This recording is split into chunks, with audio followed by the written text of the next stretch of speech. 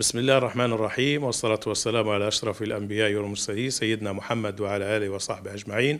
استأنف مجلس النواب جلسته الرسمية اليوم الاثنين برئاسة النائب الأول لرئيس مجلس النواب الأستاذ فوزي النويري، وبحضور النائب الثاني لرئيس مجلس النواب الأستاذ مصباح دومة. في مستهل جلسة اليوم ناقش المجلس الأوضاع في مدينة زليتن من جوانبها الإنسانية والصحية والبيئية.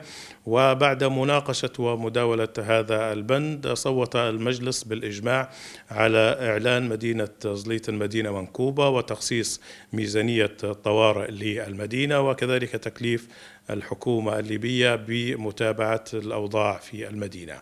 بعد ذلك ناقش المجلس المقترح المقدم بشأن تعديل بعض أحكام القانون رقم 5 لسنة 2018 الخاص بقوة الشرطة، وتعديل بعض مواد هذا القانون فيما يتعلق بمسألة الترقيات وغيرها من الأمور التنظيمية الخاصة بقوة الشرطة. صوت المجلس بالأغلبية باعتماد مقترح تعديل القانون.